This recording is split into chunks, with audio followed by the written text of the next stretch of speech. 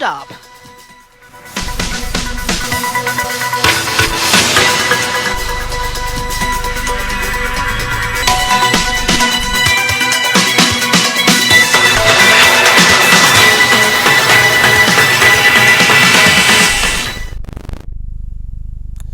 तो बढ़ते आगे, सुप्रीम कोर्ट ने यह तय करने के लिए नए दिशा निर्देश प्रकाशित किए हैं कि शीर्ष अदालत में वकीलों को वरिष्ठ अधिवक्ता के रूप में कैसे नियुक्त किया जाएगा।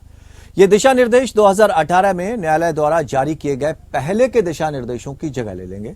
विशेष रूप से नए दिशा निर्देश वरिष्ठ पदनाम के लिए आवेदन करने के लिए न्यूनतम आयु 45 वर्ष निर्धारित करते हैं। हालांकि उम्र का यह प्रतिबंध तब लागू नहीं होगा जब नाम की सिफारिश सीजेआई या सुप्रीम कोर्ट के न्यायाधीश द्वारा की गई हो। वरिष्ठ पदनामों पर निर्णय लेने वाली सर्वोच्च न्यायालय समिति द्वारा आयु मानदंड में भी ढील दी जा सकती है। चुनाव गुप्त मतदान के जरिए नहीं होगा।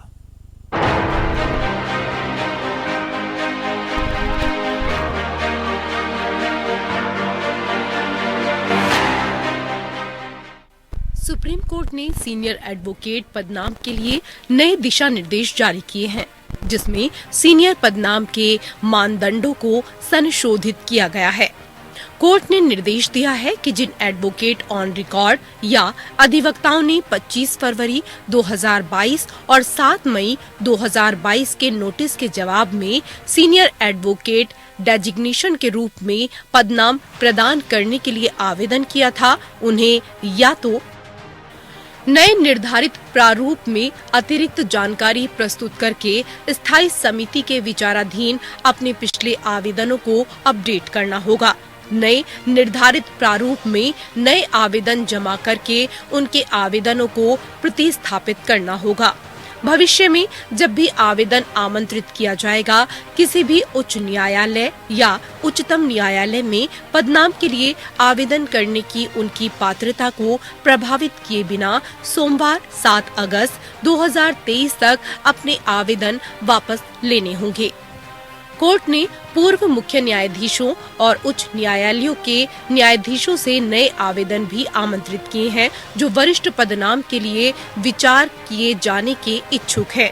सीनियर एडवोकेट डेजिग्नेशन पर एक समिति द्वारा विचार किया जाएगा, जिसमें शामिल है भारत के प्रधान न्यायाधीश अध्यक्ष, सुप्रीम कोर्ट के 2 वरिष्ठतम न्यायाधीश सदस्य, भारत के अटॉर्नी जनरल सदस्य, बार का एक सदस्य। समिति द्वारा चुने गए नामों को पूर्ण न्यायालय के समक्ष रखा जाएगा। किसी असाधारण स्थिति को छोड़कर कारण दर्ज किए जाने पर गुप्त मतदान द्वारा कोई मतदान नहीं होगा। इंदिरा जयसिंह के फैसले में कोर्ट ने आदेश दिया था कि गुप्त मतदान अपवाद होना चाहिए। आवेदन करने के लिए कौन पात्र है? कम से कम एक वकील के रूप में 10 साल का अनुभव, या एक वकील के रूप में और एक जिला और सत्र न्यायाधीश के रूप में, या भारत में किसी भी न्यायाधिकरण के न्यायिक सदस्य के रूप में 10 साल का कार्यकाल, जिसकी ऐसी नियुक्ति के लिए पात्रता की योग्यता जिला न्यायाधीश के रूप में नियुक्ति के लिए निर्धारित योग्यता से कम नहीं है। मुख्य रूप से सुप्रीम कोर्ट में प्रैक्टिस करें। विशेष न्यायाधिकरणों के समक्ष अभ्यास करने की विशेषज्ञता रखने वाले आवेदक अधिवक्ताओं को सुप्रीम कोर्ट में उपस्थिति की सीमा के संबंध में रियायत दी जा सकती है। 45 वर्ष की आयु प्राप्त करना, जब तक कि समिति द्वारा आयु सीमा में छूट न दी गई हो या भारत के मुख्य न्यायाधीश या सर्वोच्च न्यायालय के न्यायाधीश द्वारा नाम की सिफारिश नहीं की गई हो। इंदिरा जयसिंह के फैसले में सुप्रीम कोर्ट ने प्रकाशन जैसे मानदंडों के लिए दिए जाने वाले अंकों को कम कर दिया था और शिक्षण कार्य या अतिथि व्याख्यान जैसे पहलुओं को भी इसमें शामिल कर दिया गया था और रिपोर्ट किए गए निर्णयों और प्रो बोनो कार्य के लिए अंक 10 बढ़ाकर 50 कर दिए गए हैं। समिति का सचिवालय वरिष्ठ अधिवक्ता के रूप में पदनाम के लिए एडवोकेट ऑन रिकॉर्ड अधिवक्ताओं से आवेदन आमंत्रित करके हर साल कम से कम एक बार वरिष्ठ अधिवक्ता के पदनाम की प्रक्रिया शुरू करेगा। सचिवालय पदनाम के लिए प्राप्त प्रस्तावों को सुप्रीम कोर्ट की आधिकारिक वेबसाइट पर प्रकाशित करेगा और पदनाम के प्रस्तावों पर अन्य हितधारकों के सुझाव विचार आमंत्रित करेगा। Bureau report. सुप्रीम कोर्ट ने सेवा अध्यादेश विवाद और दिल्ली विद्युत नियामक आयोग चेयरमैन की नियुक्ति मामले पर सुनवाई की। इस दौरान दिल्ली के उपराज्यपाल और मुख्यमंत्री सीएम को सुप्रीम कोर्ट ने आपसी झगड़े को बंद करने और राजनीति से ऊपर उठकर मामले को सुलझाने की सलाह दी। सीजेआई ने साफ शब्दों में कहा कि मतभेदों से ऊपर उठें, ये राजनीतिक घमासान बंद होना चाहिए। सीजेआई ने कहा कि पीठ इस मामले को संविधान पीठ के पास भेजना चाहती है।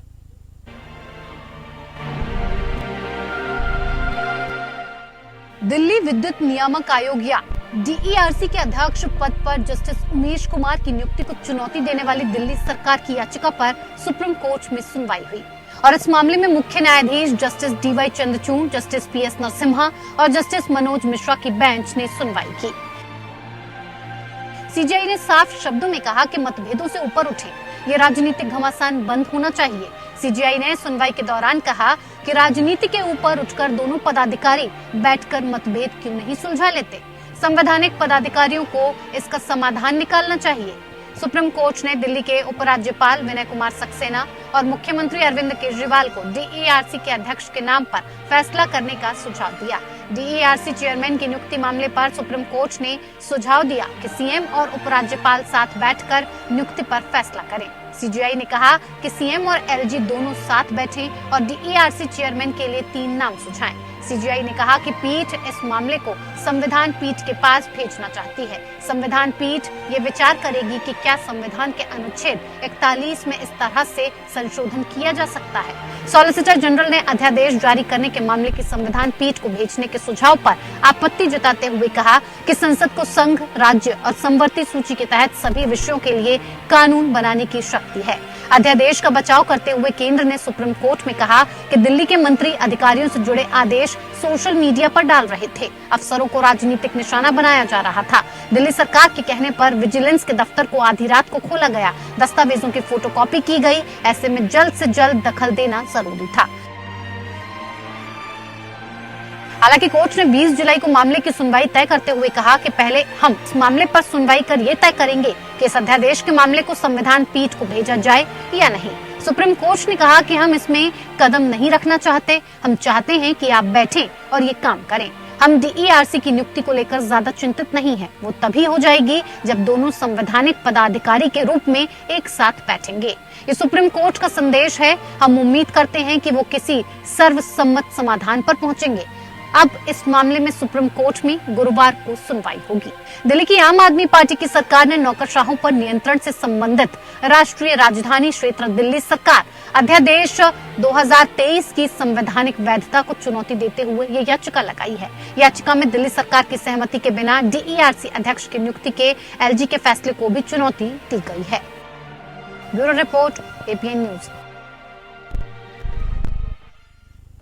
असम में चल रही परिसीमन प्रक्रिया को लेकर 10 विपक्षी नेता सुप्रीम कोर्ट पहुंचे।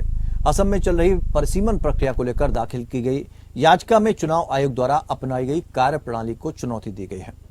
इसके अलावा 20 जून के अधिसूचित किए गए उनके प्रस्तावों को भी चुनौती दी गई है। इसमें असम में 126 विधानसभा और 14 लोकसभा निर्वाचन क्षेत्रों की सीमा को फिर से समायोजित करने के लिए प्रस्ताव किया गया है।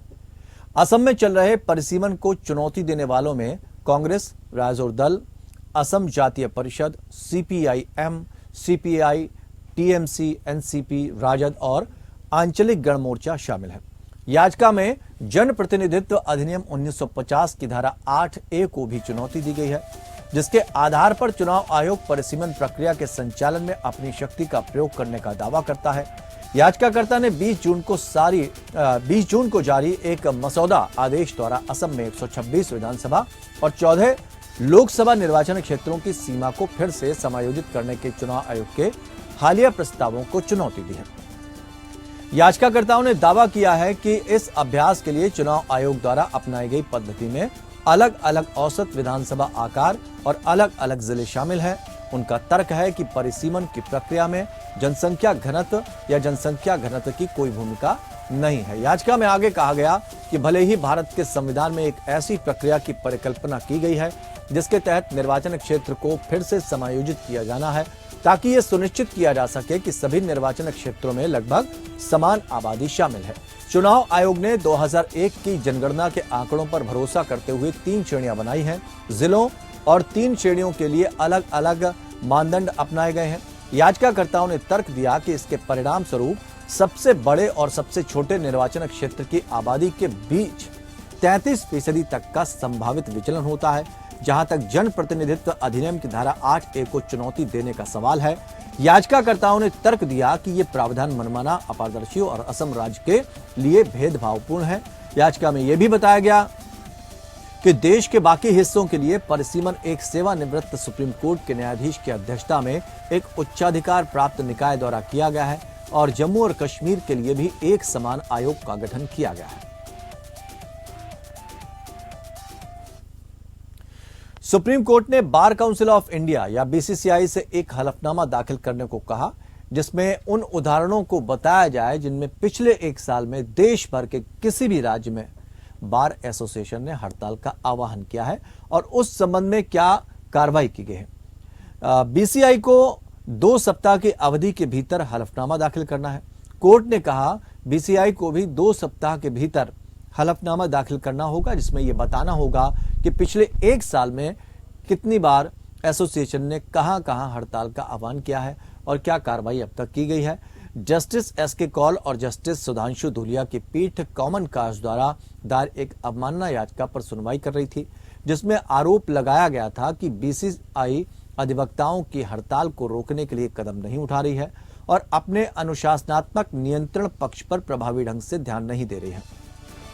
इससे पहले सुप्रीम कोर्ट ने राज्य बार एसोसिएशनों को हड़ताल पर जाने और अदालती काम से दूर रहने से रोकने के लिए कोई ठोस योजना नहीं बनाने के लिए बीसीसीआई की खिंचाई की थी।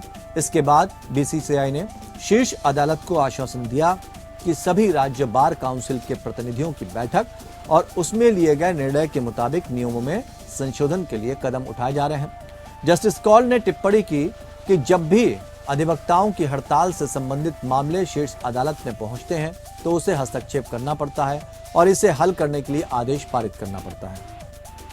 उन्होंने पिछले साल ओडिशा में अधिवक्ताओं की हड़ताल का जिक्र किया, जिसमें अधिवक्ता हिंसा में शामिल हो गए थे। जस्टिस कौल की अगुवाई वाली पीठ ने नवंबर 2022 में कहा था कि उसे उम्मीद है कि बीसीसीआई उन वकीलों के लाइसेंस निलंबित कर देगी जो पश्चिमी हिस्से में ओडिशा हाईकोर्ट की स्थायी पीठ की लंबे समय से मांग को लेकर ओडिशा में हड़ताल कर रहे हैं। उन्होंने मौखिक रूप से कहा कि यदि बार एसोसिएशन किसी फैसले से नाराज है तो वो प्रस्ताव पारित कर सकता है, लेकिन अदालतों का काम रोकना स्वीकार नहीं है। जस्टिस कौल ने कहा, विरोध के तरीके के रूप में न्याय की अदालतों को रोका नहीं जा सकता।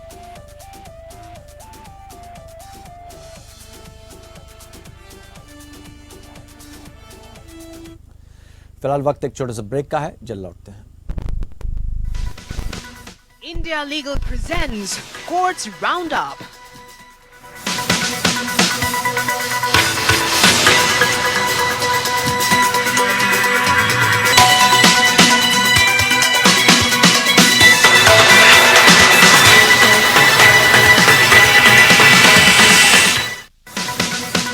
India Legal presents Courts Roundup.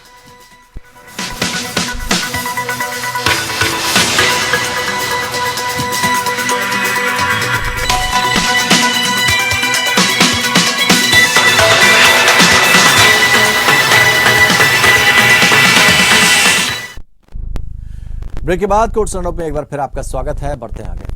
Supreme court ने देवघर हवाई अड्डे मामले में भाजपा सांसदों के खिलाफ एफआईआर रद्द करने के हाईकोर्ट के आदेश को चुनौती देने वाली झारखंड सरकार की याचिका पर नोटिस जारी किया है।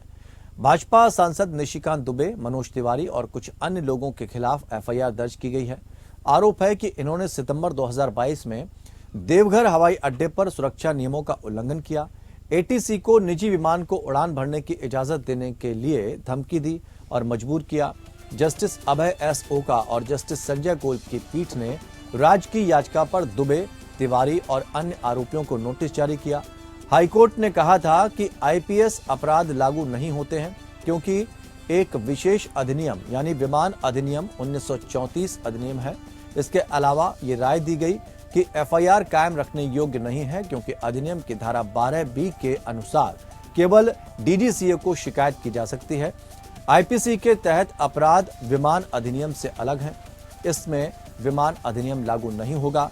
राज्य ने तर्क दिया कि उच्च न्यायालय ने आईपीसी पर प्रचलित विशेष कानून विमान अधिनियम के सिद्धांत को गलत तरीके से तय किया। आईपीसी प्रावधान विमान अधिनियम 1934 की धारा 10 और 11 के तहत अपराधों से अलग है। उन्होंने आगे कहा कि जब हवाई अड्डे के जीवन और सुरक्षा को खतरे में डालकर सुरक्षा नियमों का उल्लंघन किया गया हो तो विमान अधिनियम आईपीसी पर हावी नहीं हो सकता। अनुच्छेद 226 के तहत एचसी द्वारा मिनी ट्रायल आयोजित किया गया। राज्य ने प्रस्तुत किया कि उच्च न्यायालय ने तथ्य के विवादित प्रश्न पर निर्णय दिया कि पायलट बाहर आया था या नहीं, और क्या याचिकाकर्ता ने एटीसी पर अनुचित प्रभाव डाला था या नहीं, जिसकी जांच चल रही है। राज्य ने प्रस्तुत किया कि अभियुक्तों ने जीवन और सुरक्षा को खतरे में डाल दिया, जबकि वे खुद सांसद के सार्वजनिक पद पर हैं और एक प्रतिवादी नंबर 4 नागरिक उड्डयन के स्थायी समिति के सदस्य हैं। अदालत ने कहा कि विमान संशोधन अधिनियम 2020 के तहत जहां धारा 12B बताती है कि विमान अधिनियम के उल्लंघन में अपराध का संज्ञान कैसे लिया जाना आवश्यक है।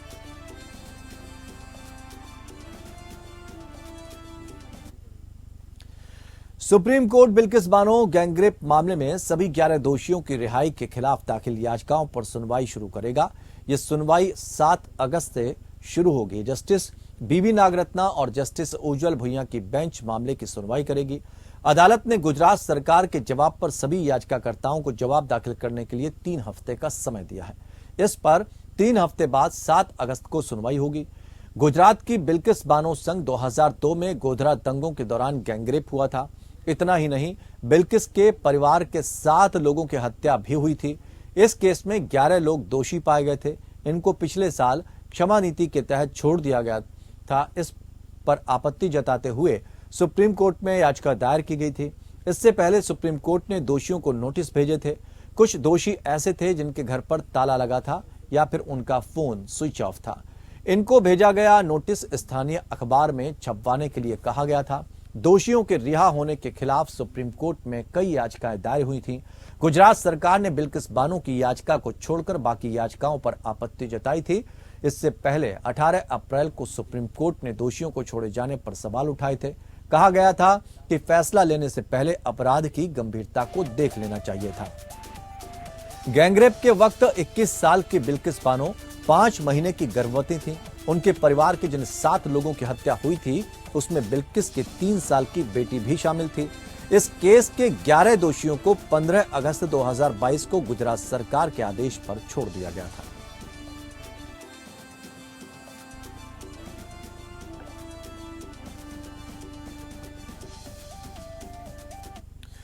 सुप्रीम कोर्ट के वरिष्ठ अधिवक्ता पदनाम के दिशा निर्देश पर हम आपको रिपोर्ट तो दिखा चुके हैं। अब चलते चलते हमारे वेब रिपोर्टर और इसके बारे में और ज्यादा जानकारी देंगे।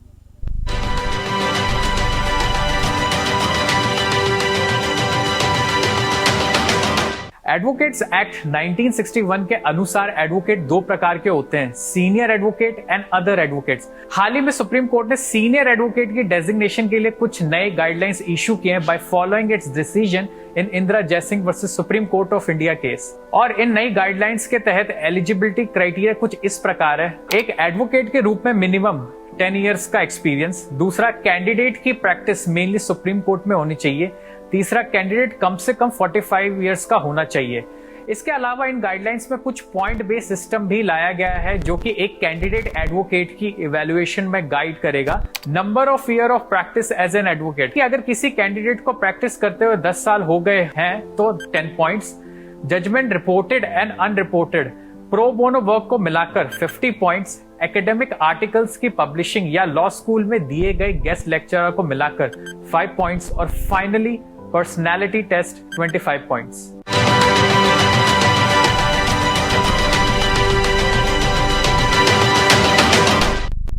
तो कोर्ट्स राउंडअप में फिलहाल इतना ही, लेकिन खबरों का सफर लगातार जारी रहेगा। जुड़े रहिए हमारे साथ।